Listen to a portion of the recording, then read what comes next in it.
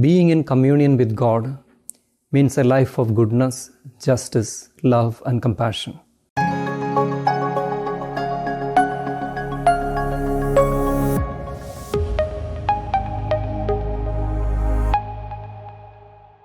We are on the 6th Sunday of Easter.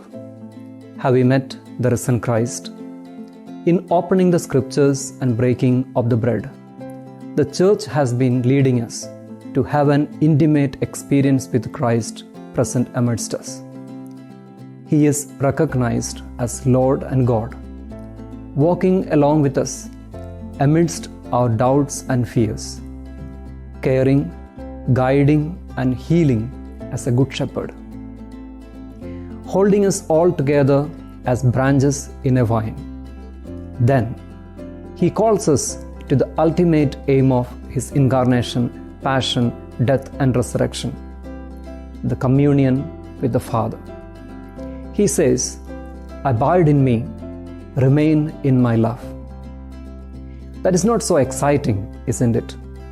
But it is the truth that Christ opened for us, that our joy may be complete, and we may bear fruit that will last. We are often excited and enthusiastic in adoring and worshipping a super spiritual divine being. The communion with God does not excite us so much, not because it is difficult or mysterious, but the communion involves a commitment to love others also. God of superpowers can be worshipped very safely in a cultic system, often seeking our own benefits, and we can go free. The worship that Christ seeks happens in communion and only in communion. All that we do in the name of God and in the name of the Church, devoid of this communion, only affirms what St. John wrote: God's love is not in them. This abiding in God is a deep mystery, a bond of love. Let us listen to Christ in love. He says, "I am in the Father. You abide in me. I abide in you."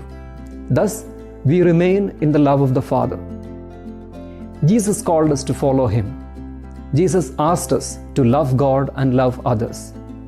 It is a communion with God and others. The Gospel passage today teaches us what it means and how it is essential for us. Jesus loved us from the love He received from the Father.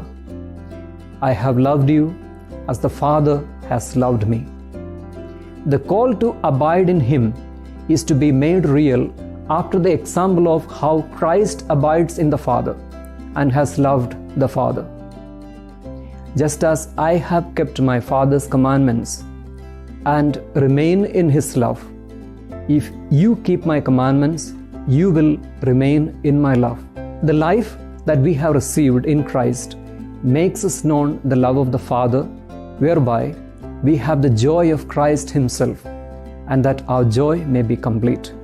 If we are to live in that communion, primarily we need to be filled with a constantly reminded awareness that we are all God's children, and that is what we are.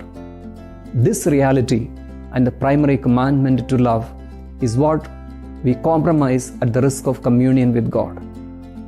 Keeping aside this commandment, we are strict with all commandments that we have made in the name of God. We teach and preach them as God's commandments. We have reinterpreted the commandment and justified our own boundaries and prejudices. There is no communion with the Father. When we create divisions in the name of God, traditions, liturgy, and authority, Father's love does not remain with us, because we have chosen not to have communion. When we surrender our spirit to immoral and inhuman structures that spread lies and hatred, we don't remain in Christ and His love.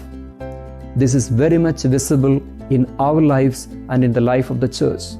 In the very moments we have multitude of activities, increasing devotional practices, shrines, and religious festivities. being in communion with God, just as Christ loved God, and being in communion with others as Christ loved us, really means a life of goodness, justice, love, authenticity, and compassion. It also means a readiness to accept all as the children of God, beyond all our prejudices. Then our families, our parishes, religious communities will be truly living in Christ and in His love. We will have joy and we will have fruits that will last.